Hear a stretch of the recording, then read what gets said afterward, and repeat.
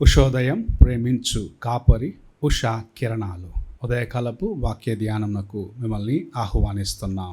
ప్రార్థన. మమ్మల్ని మిక్కిలిగా ప్రేమిస్తున్న పరలోకపు తండ్రి, ఈ ఉదయకాల సమయానికై వందనములు స్తోత్రములు చెల్లించుకుంటున్నాం. తండ్రి, మమ్మల్ని ప్రేమించి మరి యొక్క దినం అనుగ్రహించిన నీ కృప కొరకు స్తోత్రములు చెల్లించుకుంటున్నాం. ఈ ఉదయకాలమున నీదు వాక్యము చేత మమ్మల్ని బలపరచుము దేవా. నీ వాక్యము జీవాహారము, నీ వాక్యము మమ్మల్ని నాయన లేవనెత్తుచుందని గ్రహించుకొని నిన్ను నాయన సమీపించేదానికి మార్గముగాను దేవా, నీ యొక్క ఉపదేశముల చేతనైన మా జీవితం చక్కపరచుకోమని నీవు సెలవిచ్చిన కార్యములను జ్ఞాపకం చేసుకుంటూ ఈ ఉదయకాలమున నాతోనూ మాతోనూ మాట్లాడమని యేసు పరిశుద్ధ నామమున అడిగి వేడుకుంటున్నాను పరమ తండ్రి, ఆమేన్. ఈ ఉదయకాలపు వాక్య భాగము కీర్తనల గ్రంథము 1వ కీర్తన 1 నుండి 3 వచనములను చదువుకుందాం. కీర్తనల గ్రంథము 1వ కీర్తన 1 నుండి 3 వచనములు. దుష్టుల ఆలోచన చొప్పున నడవక, పాపుల మార్గమున నిలవక, అపహాసకులు కూర్చుండు చోటను కూర్చుండక, యెహోవా ధర్మశాస్త్రమునందు ఆనందించుచు దివారాత్రము దానిని ధ్యానించువాడు ధన్యుడు. అతడు నీటి కాలువల యోరను నాటబడినదై ఆకువాడక తన కాలమందు ఫలమిచ్చు చెట్టువలే నుండును. అతడు చేయునదంతయు సఫలమగును. మనము చదువుకున్న వాక్య భాగములో 2వ వచనము చూసినట్లయితే, యెహోవా ధర్మశాస్త్రమందు ఆనందించుచు దివారాత్రము ధ్యానించువాడు ధన్యుడు. ఈ దినమున దేవుని పరిశుద్ధ గ్రంథమును చదవటము ఎంత ఆశీర్వాదకరమైనది అని మొదటిగా మనము గ్రహించుకోవాలి. అనేక సార్లు సొమ్మసిలిన సమయమున ఇంకా నాకు ఆదరణ లేదు, నా జీవితము ఇంకా నాశనం వైపు వెళ్ళిపోతుంది, నేను మరణిస్తే చాలు అనుకున్న అనేకులను ప్రభు తన వాక్యమును పంపించి తన యొక్క జీవితమును ప్రభు మార్చి ఉండటం మనం చూస్తూ ఉన్నాము.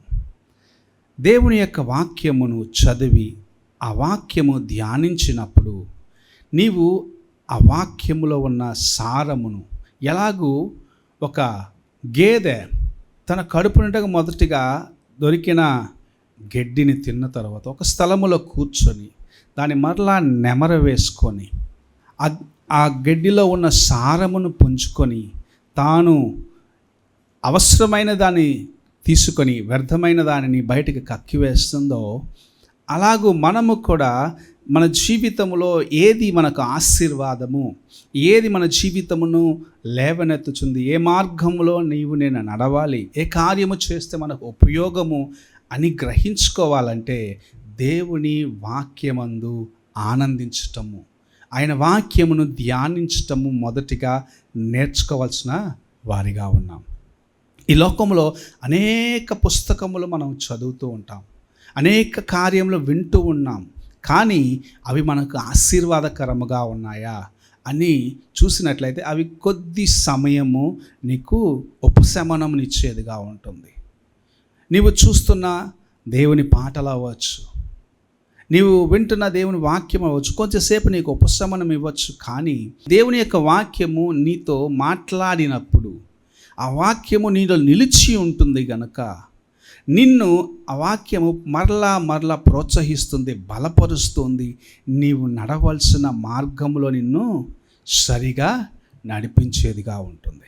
నీకు బలమునిచ్చి, నీకు తన కృపనిచ్చి, తనతో పాటు నీవు జీవించాలా అని ఆశిస్తున్న ప్రభు ఈ ఉదయకాలమున సెలవిస్తున్న కార్యము, నీవు దేవుని యొక్క వాక్యమును ధ్యానించేదానికి, ఆనందముతో ఆయన వాక్యమును చదివేదానికి, వాక్యములో ఉన్న సారమును నీవు గ్రహించుకొని నీ జీవితమును ఆ మార్గములో నీవు నడిచేదానికి సిద్ధపరచుకోవాలని ప్రభు ఆశిస్తూ మాట్లాడుచూ ఉన్నాడు.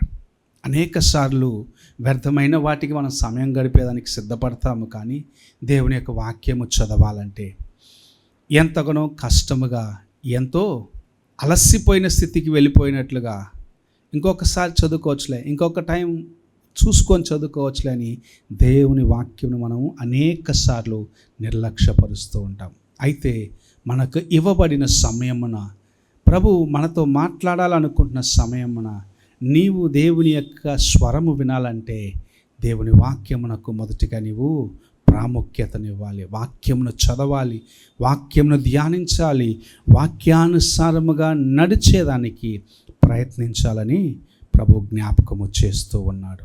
ఈ ఉదయకాలమున నీ జీవితములో నీవు దేవుని వాక్యమునకు ఎంత ప్రాముఖ్యతనిస్తున్నావు, ఎంతగా దేవుని యొక్క వాక్యము కోసము పరిగెత్తుచున్నావు, ఎంతగా జుంటె తేనె ధారగా నీకు దేవుని యొక్క వాక్యం అనగా అంత మధురముగా దేవుని యొక్క వాక్యం ఉంటున్నది అని ప్రభు నిన్ను ప్రశ్నిస్తూ ఉన్నాడు. దేవుని వాక్యములో ఉన్న మధురమును సంపాదించుకుంటున్నావా? దేవుని వాక్యములో ఉన్న ఆశీర్వాదమును సంపాదించుకుంటున్నావా?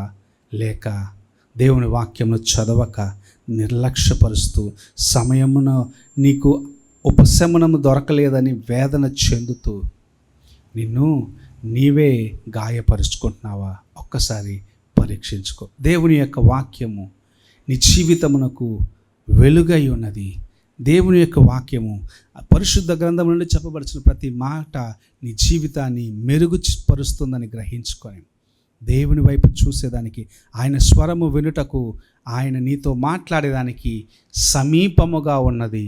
నీవు ఆయన యొద్దకు వచ్చి ఆయన వాక్యమందు ఆనందించేదానికి, ఆయన వాక్యమందు సంతోషించేదానికి నీవు సిద్ధపడిన ఆ సమయంలోనే ఈ ఉదయకాలమున ప్రభు నీతో మాట్లాడుచు ఉన్నాడు. నా వాక్యమందు నీవు ఆనందించుము, నా వాక్యమును ధ్యానించుము, అప్పుడు నీకు నేను గూఢమైన కార్యములను తెలియపరిచి నీ జీవితమును ఆశీర్వాదకరముగా చేయగలని. ఈ ఉదయకాలమున దేవుని యొక్క స్వరము వినుటకు ఆశ కలిగి ఉన్నట్లయితే, దేవుని యొక్క స్వరము నీకు సమీపముగా రావాలని నీవు ఆశించినట్లయితే, మొదటిగా దేవుని వాక్యమును చదవటము నేర్చుకోవాలని ప్రభు మనకు జ్ఞాపకం చేస్తూ ఉన్నాడు. నీవు దేవునితో సహవాసము కలిగి ఉండేదానికి దేవుని యొక్క వాక్యము నీకు ఎంతగానో సహాయముగా నిన్ను నడిపించేదిగా ఉంటుందని ప్రభు ఈ ఉదయకాల సమయమున జ్ఞాపకం చేస్తున్నాడు. ఈ ఉదయకాలమున ఆయన వాక్యము కోసము ఆసక్తి కలిగిన జీవితమును కలిగి ఉంటావా? ఒక్కసారి నీ హృదయాన్ని ప్రశ్నించుకో. ప్రార్థన చేసుకుందాం. మా స్తుతులకు ఆధారభూతుడవునై మమ్మల్ని నడిపిస్తున్న పరమ తండ్రి, ఈ ఉదయకాలమున నీవు మాకు అనుగ్రహించిన నీ వాక్యమును బట్టి స్తోత్రములు చెల్లించుకుంటున్నాం. నీ వాక్యంలో ఉన్న మర్మములను, నీ వాక్యములో ఉన్న నాయన ఆశీర్వాదమును మేము సంపాదించుకోవాలంటే దేవా, చదివి అందులో నాయన ఉన్న కార్యములను ధ్యానించి మేము నాయన ఇంకా నీకు సమీపముగా వచ్చినప్పుడే అని నీ వాక్యం మాకు తెలియపరుస్తున్నది. ఇన్ని దినములు నాయన మేము అలాగ చేయక నిర్లక్ష్యపరుస్తూ అనేక కార్యములను పోగొట్టుకున్నాము. అలా కాక నీ వాక్యమును నాయన ధ్యానించి నెమర వేసుకొని వాక్యంలో ఉన్న సత్యములను, పొక్షమును సంపాదించుకునే కృపను అనుగ్రహించమని యేసు పరిశుద్ధ నామమున అడిగి వేడుకుంటున్నాను పరమ తండ్రి, ఆమెన్. తండ్రి అయిన దేవుని ప్రేమ, కుమారుడైన క్రీస్తు కృప, ఆదరణకర్తైన పరిశుద్ధాత్మ యొక్క సహవాసం ఎప్పుడును ఎల్లప్పుడూ తోడై ఉండి సదాకాలము నడిపించును కాక. ఆమెన్.